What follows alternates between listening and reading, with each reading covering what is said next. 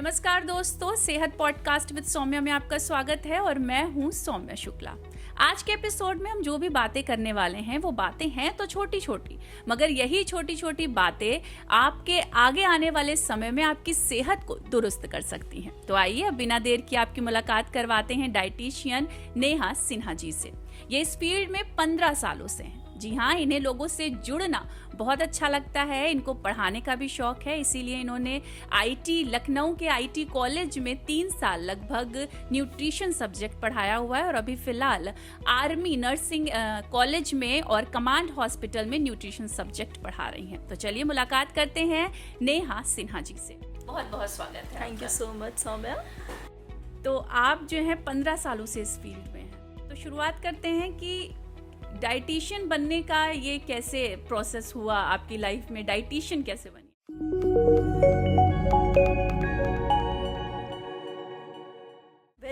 मैंने काफ़ी पहले ये कोर्स किया था, सन 1999 में मैंने जब ज्वाइन किया था। तो ऑब्वियसली बात थी, उस टाइम पे ये इसके बारे में लोग जानते नहीं थे कि डाइटिशियन क्या होती है, डॉक्टर्स वगैरह कुछ नहीं जानते थे।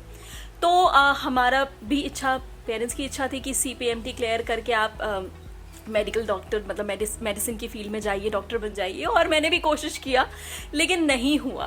तो इत्तेफाक से उस टाइम पे ये नया कोर्स आईटी कॉलेज में शुरू हुआ था जिसमें home science with clinical nutrition था। तो मैंने सोचा चलो ठीक है, अगर मुझे लोगों के हित के लिए उनसे जुड़ना है, या चलो ठीक है डॉक्टर नहीं सही लेकिन हाँ एक डाइट को लेके लोगों को बता सकते हैं। मैंने जब तक ये कोर्स कंप्लीट किया और उसके बाद मैंने कई जगह पे एज अ डाइटिशियन मैंने काफ़ी हॉस्पिटल्स में काम किया, जैसे कि हार्ट हॉस्पिटल पटना में मैंने काम किया और 1-2 हॉस्पिटल्स में दिल्ली में भी। तो फिर उस टाइम पे थोड़ी सी दिक्कत होती थी बिकॉज लोगों को नहीं पता होता था कि डाइटिशियन क्या है। डॉक्टर्स को लगता था कि यार ये खाना क्या, पेशेंट मरीज़ है तो वो तो कुछ खाएगा ही नहीं। तो बट धीरे धीरे अपने लेवल पे मैंने समझाया एंड अब इतने सालों बाद अब ये हो गया है कि हर हॉस्पिटल में एक डाइटिशियन मैंडेटरी है और डाइट रिकमेंडेशन के बिना सब कुछ अधूरा है। लोग समझने लगे हैं क्योंकि बहुत सारी लाइफस्टाइल प्रॉब्लम्स आ गई हैं।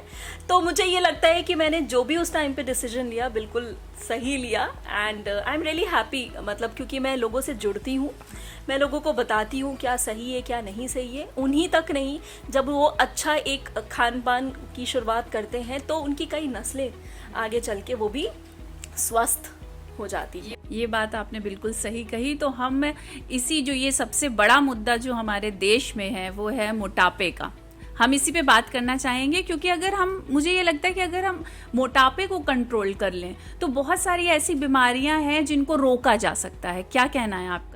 बिल्कुल, मोटापा खास करके जो हमारे जो एशियाई देश हैं, स्पेशली हमारा जो इंडिया है, एक तो हमारा खान पान और दूसरा यहाँ पर अगर आपने देखा होगा तो मोटापे का जो एरिया होता है वो होता है हमारा ये बेली वाला पोर्शन, है ना। तो इसको हम लोग कहते हैं विसरल फैट। तो इंडिया में स्पेशली विसरल फैट ज़्यादा होता है और अब की बार जो है जो एक रिसर्च की गई थी तो देखा गया था कि इंडिया में काफ़ी लोगों का ये बेली वाला एरिया ज़्यादा होता है एंड ये बेली वाला एरिया जो होता है इसकी वजह से ज़्यादा बीमार पड़ने की चांसेस हो जाती हैं। एंड ओबेसिटी, अगर आपका BMI एक लेवल से ज़्यादा है तो मोटापा यानी कि ओबीज आप हो ही जाते हैं।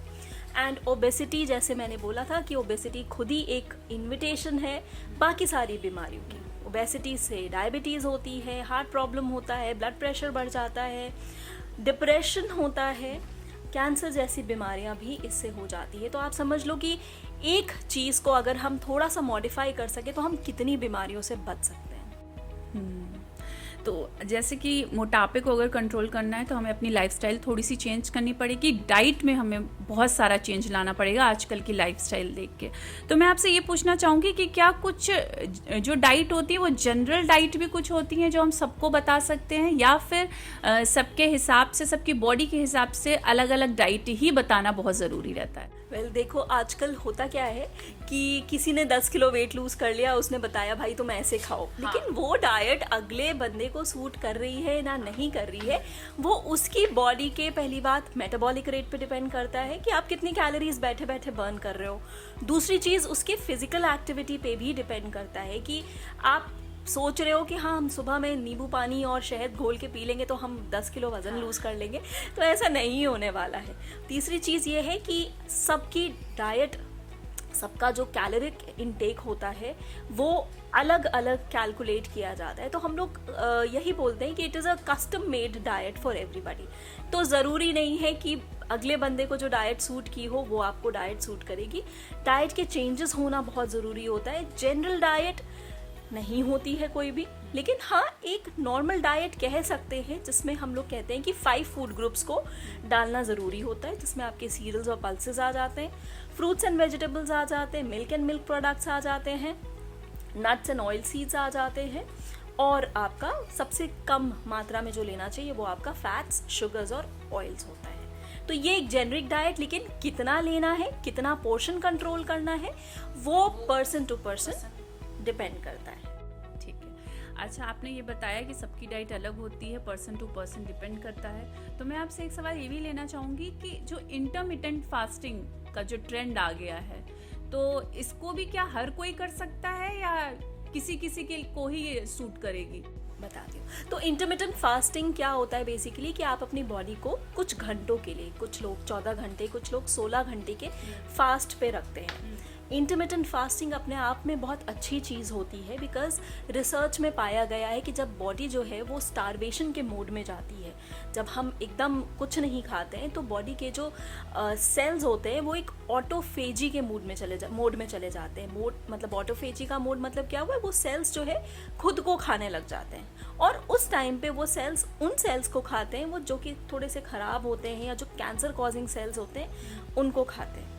तो इंटरमिटेंट फास्टिंग बेसिकली बहुत अच्छा है, लेकिन इसमें भी डिपेंड करता है कि अगर आपको गैस्ट्रिक इश्यूज़ हैं, अगर आप देर तक भूखे नहीं रह सकते हैं, या अगर आप डायबिटिक हैं, तो आप इंटरमिटेंट फास्टिंग करेंगे तो क्या होगा, आपका शुगर लेवल लो हो सकता है अगर आपको डायबिटीज़ है, हाँ, या फिर अगर आपको गैस्ट्रिक इश्यूज़ है तो पेट में गैस बनना शुरू हो जाएगी, या अगर IBS की प्रॉब्लम है, इरिटेबल बाउल सिंड्रोम की, तो उसमें भी आपको तकलीफ होना शुरू हो जाएगी। तो कुछ भी करिए अपनी डाइटिशियन से पूछ के करिए, because I guess she knows कि what is right for you. Intermittent fasting काफ़ी लोगों ने रिजल्ट्स दिखाए हैं, लेकिन काफ़ी लोग जो है उस पर सर्वाइव भी नहीं कर पाते। कुछ टाइम तक उनका चलता है, फिर उसके बाद उनको नहीं हो पाता है। भाई सुबह में भूख लगने लगती है कुछ लोगों को रात में जल्दी खा लेते हैं, फिर बीच रात में उनको भूख लगने लग जाती है, तो बहुत लंबे टाइम तक लोग नहीं कर पाते। बट ठीक है, मतलब अगर आप कर सकते हो तो आप करके देख सकते हैं। अच्छा, इसका कोई टाइम पीरियड भी होता है कि इंटरमिटेंट फास्टिंग अगर हम कर रहे हैं, शुरू की हमने, तो इतने दिन तक करना है, फिर ब्रेक करना है, फिर करना है, ऐसा कुछ है कि मतलब इसको लाइफ टाइम हमें कंटिन्यू करना पड़ता है? डिपेंड करता है। अगर आपको मालूम है कि क्या खाना है इंटरमिटेंट फास्टिंग में भी, तो आप इसको जो है आप कुछ समय तक छोड़ करके और फिर आप उसको छोड़ सकते हैं। लेकिन अगर आप जैसे फास्टिंग पीरियड जो होता है वो चाहे 16 घंटे का होता है या फिर वो 14 घंटे का होता है। जनरली 16 घंटे का 16 और 8 का पीरियड रखते हैं। 16 फास्टिंग और 8 का ईटिंग विंडो होता है। तो अगर आपको ये मालूम है कि आपको उस ईटिंग विंडो पीरियड में क्या खाना है, वो न्यूट्रिशियस और हेल्दी है, तो आपका वेट लॉस होगा और वो सस्टेनेबल वेट लॉस होगा। लेकिन अगर आप उस ईटिंग विंडो में आप सारा जंक खा लेते हैं, हो सकता है तुरंत आपका वेट लॉस हो, लेकिन आप धीरे धीरे करके आपका बॉडी जो है वो यूज टू हो जाता है उसके भी, और फिर आपका वेट लॉस होना बंद हो जाता है। तो what is important is the knowledge of what is good and what is bad for your health, चाहे वो आप किसी भी तरीके का फास्टिंग करें। और अगर आप देखो तो हमारे यहाँ जो व्रत होते थे, व्रत उपवास, वो एक तरह से इंटरमिटेंट फास्टिंग ही होता था। लेकिन अब क्या होने लगा है कि अब उसमें इतना खाते हैं लोग, मखाने की खीर, साबूदाना और पराठा, पूरी। मुझे तो लगता है नॉर्मल डे से ज़्यादा लोग व्रत में खाते हैं। बहुत कैलोरी डेंस डाइट हो जाती है और उससे मेरे ख्याल से वेट रिडक्शन की जगह पे वेट गेन हो जाता है। जी बिल्कुल। अच्छा, जैसे पुराने समय की आपने बात कही, तो जो दादी नानी हमारी होती थी वो कहती थी खूब दही खाओ, घी खाओ, दूध पियो, तंदुरुस्त रहो। लेकिन आजकल ये वीगन का ज़माना आ गया है, तो इसको कैसे देखती हैं आप? वीगनिज्म एक्चुअली अच्छा तो है, लेकिन दूध का अपना एक इम्पॉर्टेंस है, क्योंकि जो मिल्क होता है उसमें जो कैल्शियम और फॉस्फोरस का जो रेशियो होता है वो वही होता है जो कि बोन्स को डेवलप होने के लिए चाहिए होता है ना।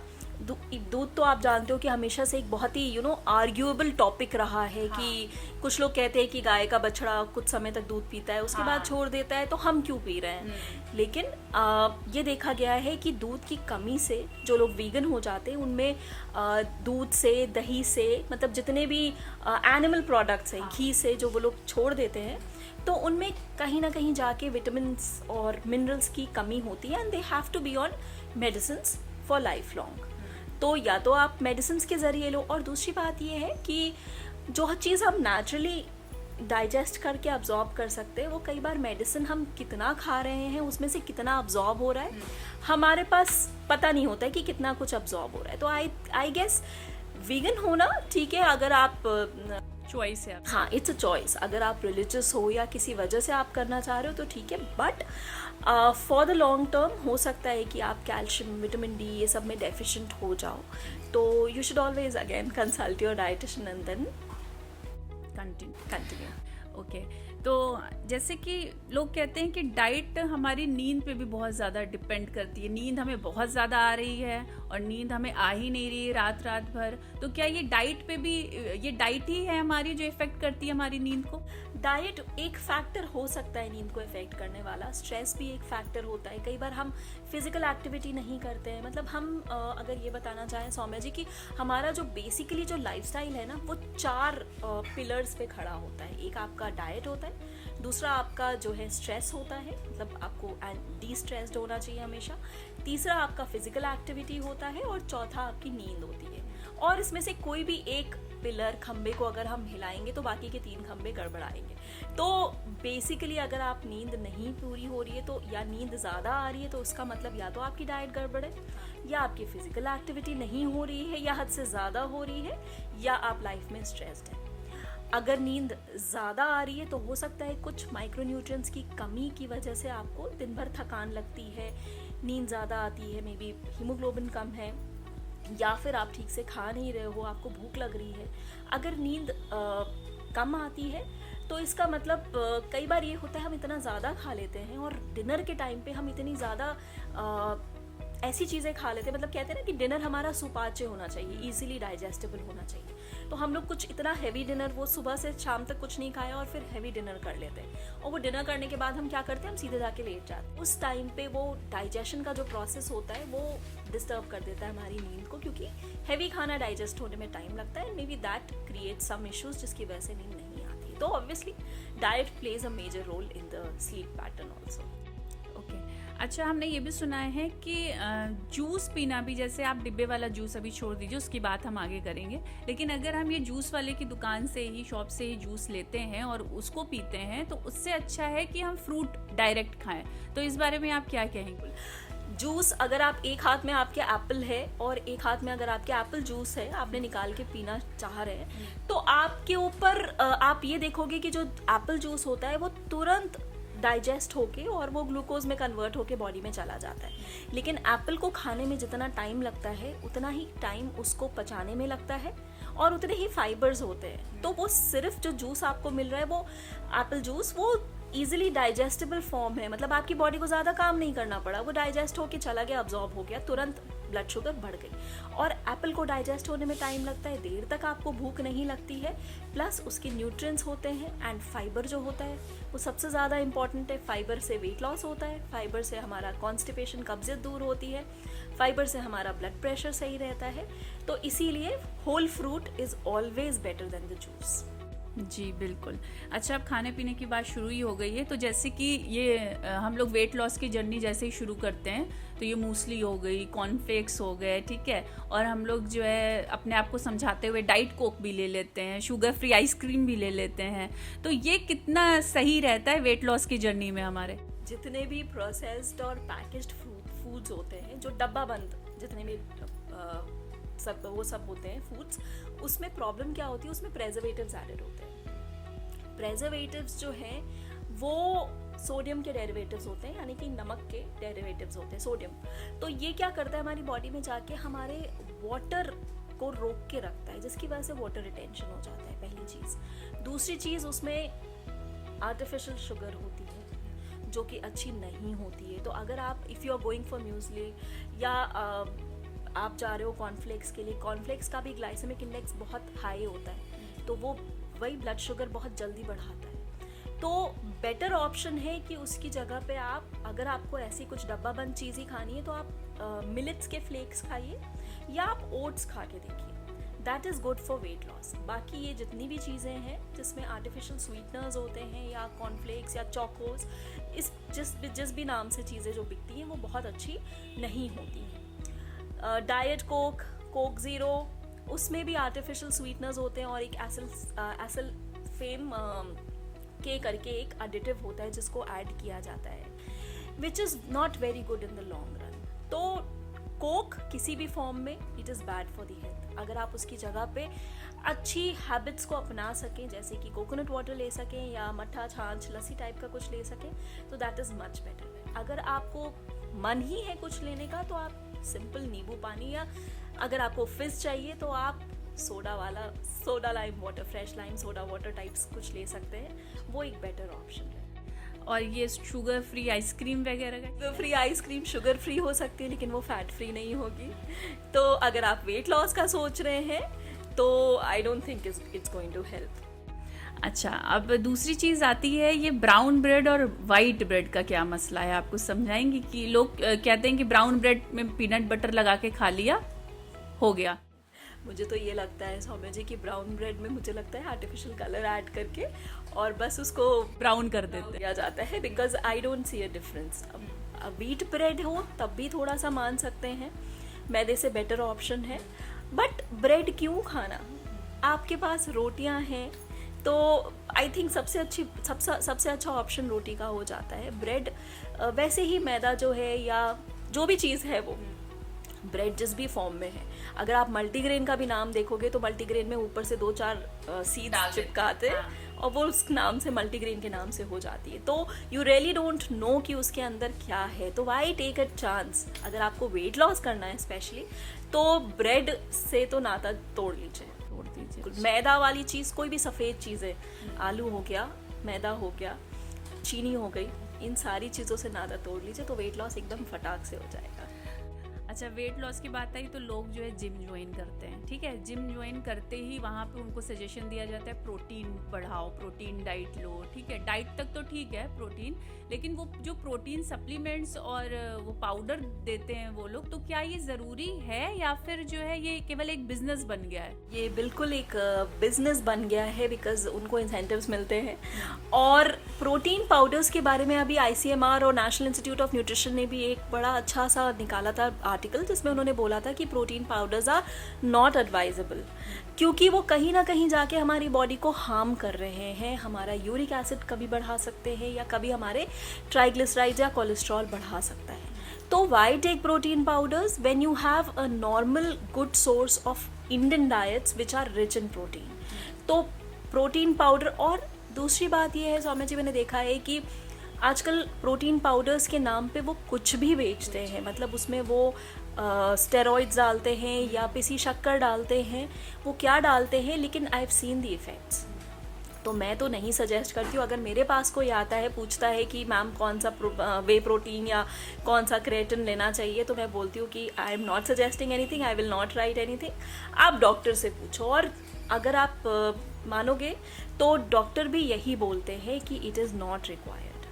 तो it is just publicity stunt, और कह सकते हैं कि एक गिमिक है कि ये सब चीज़ों की ज़रूरत है बॉडी को। ऐसा कुछ नहीं, आपको डाइट से आराम से मिल जाता है। अच्छा, तो ये प्रोटीन डाइट जो है वो वेजिटेरियन और नॉन वेजिटेरियन, तो किसके लिए ज़्यादा सही रहती है? क्योंकि मुझे लगता है कि वेजिटेरियन कहीं पीछे रह जाते हैं इस चीज़ में। हाँ, बात तो सही है, वेजिटेरियंस कहीं ना कहीं पीछे रह जाते हैं, पर हम सप्लीमेंट कर सकते हैं उनकी डाइट को। अगर वो अंडा और मीट मछली भी नहीं खाते हैं तो हम उनको पनीर का ऑप्शन देके, हम उनको छोले, राजमा, हम उनको न्यूट्रीनगेट, सोयाबीन का ऑप्शन देके, और हम उनको चने की दाल, नट्स वगैरह से बढ़िया उनको प्रोटीन मिल जाता है।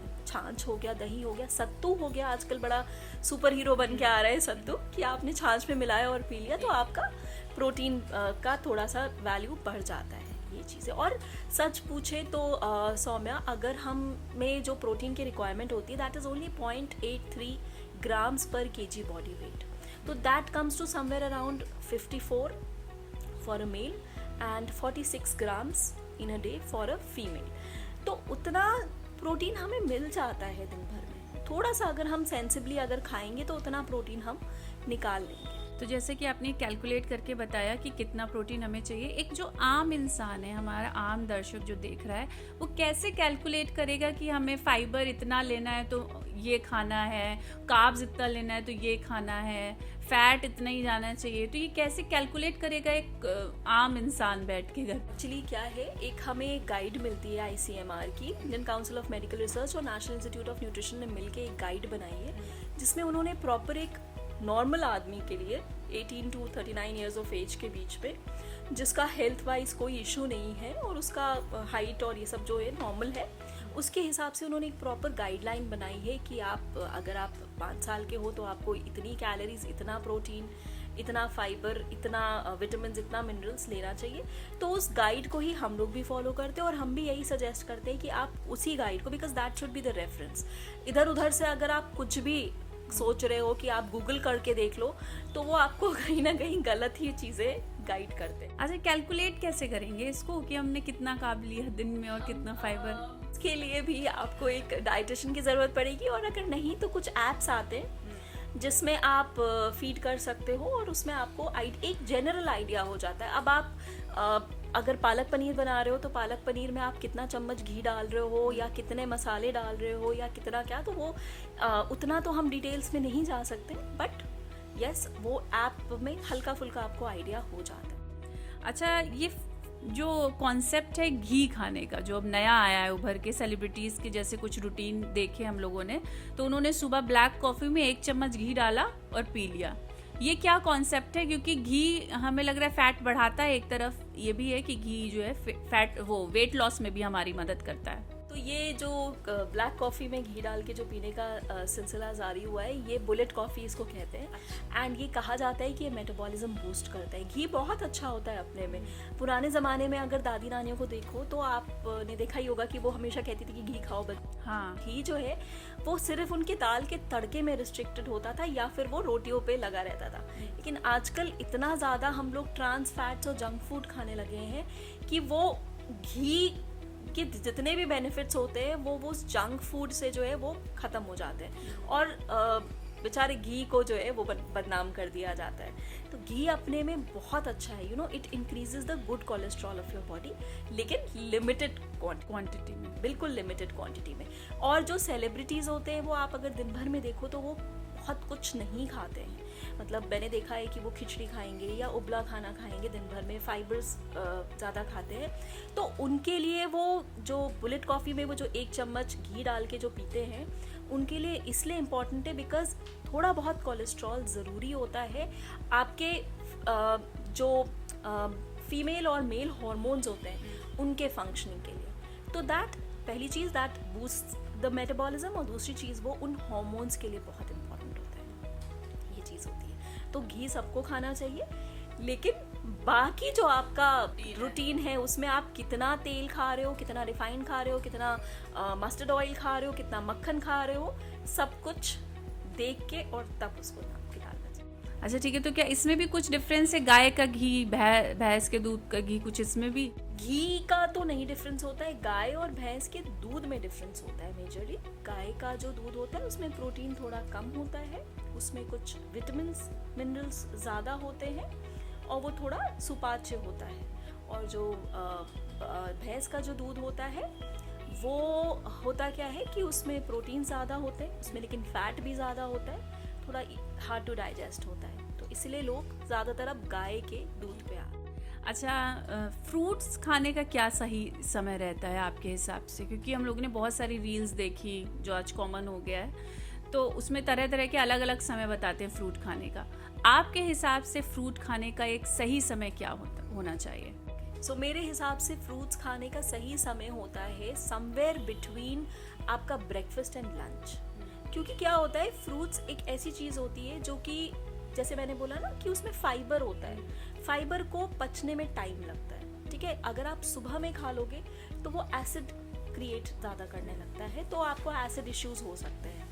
और अगर आप रात में खाना खाने के बाद फ्रूट्स खाते हो तो वो फाइबर जब देर तक पचेगा तो वो फर्मेंट होना शुरू हो जाता है हमारी लार्ज इंटेस्टाइन में, जिसकी वजह से गैस और इस तरह की प्रॉब्लम होनी शुरू हो जाती है। तो मिड मॉर्निंग में जब हम फ्रूट्स खाते हैं, सो उस टाइम पे क्योंकि हम एक्टिव भी रहते हैं, चलते फिरते रहते हैं, तो उसको डाइजेशन में प्रॉब्लम नहीं होती है और फर्मेंटेशन होके जो गैस्ट्रिक ट्रबल्स होते हैं वो भी नहीं हो पाते। तो मिड मॉर्निंग वाला टाइम जो होता है या फिर खाना खाने के बाद, जैसा आपको मन करे, लेकिन बेस्ट मिड मॉर्निंग वाला टाइम होता है। अच्छा, अगर हम शुगर की बात करते हैं, ठीक है, जैसे मुझे भी मीठा खाना बहुत पसंद है अब, लेकिन मुझे वेट लॉस अपना करना है, मैं शुरुआत करना चाह रही हूँ कि लेकिन सबसे पहले उसमें प्रॉब्लम आ जाती है कि मीठा आपको छोड़ना पड़ेगा। तो उन लोगों के लिए आप क्या सजेस्ट करेंगी कि उनकी वेट लॉस जर्नी भी कंटिन्यू रहे अच्छे से और उनको जो मीठे की क्रेविंग हो रही है वो भी पूरी हो सके? मेरे पास ऐसे बहुत लोग आते हैं जो कि ये बोलते हैं कि मीठा खाने का मन कर रहा है तो क्या खाएं।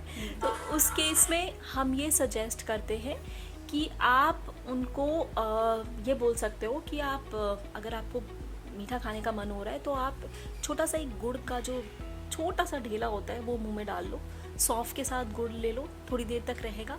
नहीं तो आप क्या कर सकते हो, यू कैन सजेस्ट देम कि डेट्स अगर मीठा खा मतलब डेट से अगर आपकी संतुष्टि हो जाए, फ्रूट से अगर आपकी संतुष्टि हो जाए, और अगर नहीं तो फिर एक छोटा पीस डार्क चॉकलेट का खा सकते हैं, एक छोटा पीस खा सकते हैं। अच्छा ठीक है, ये बात तो हो गई जिनको अपना वेट लॉस करना है, जो 90% दिक्कत है हमारे देश में या दुनिया में भी कह सकते हैं। लेकिन 10% वो लोग भी हैं जिनको अपना वेट गेन करना रहता है, ठीक है। तो उनके लिए क्या सजेस्ट करेंगी, उनकी डाइट क्या होनी चाहिए? एक जनरल डाइट जैसे आपने बताया अभी वेट लॉस के लिए भी, तो इधर क्या एक जनरल डाइट हो सकती है? एक्चुअली वेट लॉस मैं कहती हूँ फिर भी इजी है, weight gain is a difficult process. क्यों? क्योंकि आपका मेटाबॉलिज्म रेट इतना हाई होता है, आप बैठे बैठे जितनी कैलोरीज बर्न कर रहे हो अगला बंदा उतनी नहीं कर पा रहा है। तो चाहे आप दोनों लोगों की डाइट सेम है, लेकिन आपका बैठे बैठे जो कैलोरीज ज़्यादा बर्न हो रही है तो आपका मेटाबॉलिज्म रेट हाई है, तो इसका मतलब है आप बिना कुछ किए आपका कैलोरीज बर्न हो रही है, विच इज़ गुड। लेकिन जिनको जो अंडरवेट होते हैं उनके लिए वो बहुत कॉन्फिडेंस लेवल, और उनको बुरा भी लगता है कि सब कहते हैं कि इतने दुबले क्यों हो। तो उसके लिए जो डाइट होती है उसमें हम प्रोटीन्स पे ज़्यादा एम्फेसाइज करते हैं ताकि मसल ग्रोथ हो। तो हम कोशिश करते हैं कि हर खाने में सुबह से लेकर शाम तक हम उनको छोटे छोटे भाग में बांट देते हैं, और हर खाने में हम एक अच्छा सोर्स ऑफ प्रोटीन देते ज़रूर हैं। जैसे सुबह हमने हैंडफुल ऑफ नट्स और मिल्क से शुरू किया, उसके थोड़ी देर बाद अगर खा सकता है तो एक बनाना, फिर उसका नॉर्मल ब्रेकफास्ट होता है जिसमें हम स्प्राउट ज़रूर से ऐड करते हैं कि उसको प्रोटीन मिलता रहे। दिन में 2 सोर्सेज ऑफ प्रोटीन जैसे कि दाल और दही हमने खिला दिया, या कुछ भी राजमा खिला दिया, साथ में दही या दाल और पनीर, और इसी तरह से हम शाम में दूध, वही चीज़ रिपीट करते हैं। डिपेंड करता है कि जो भी वेट गेन करना चाहता है उसकी एपेटाइट कैसी है। साथ ही हम उसको बोलते हैं कि एक फिजिकल एक्टिविटी ज़रूर से करो, क्योंकि कई बार क्या होता है कि हम फिजिकल एक्टिविटी बच्चे नहीं करते हैं क्योंकि वो पतले हैं, वो सोचते हैं, लेकिन जहाँ वो करना शुरू करते हैं उनकी बॉडी में अब्जॉर्प्शन अच्छा होने लगता है न्यूट्रिएंट्स का, तो वहाँ पर उनका फिर वेट गेन शुरू हो जाता है। तो फिजिकल एक्टिविटी इज़ इम्पॉर्टेंट, चाहे आप वेट लॉस करना चाह रहे हो, चाहे आप वेट गेन करना चाह रहे हो। ठीक है, तो ये बात तो हो गई वेट गेन की। अब बात आ जाती है बच्चों पे। अगर हम बच्चों की बात करें तो पहले जो है कहा जाता था कि जो है दूध, माँ का दूध सबसे बेस्ट रहता है बच्चे के लिए, पर अब बहुत सारे डॉक्टर्स जो हैं उसके लिए भी मना करते हैं। तो इस बारे में आप क्या कहेंगी?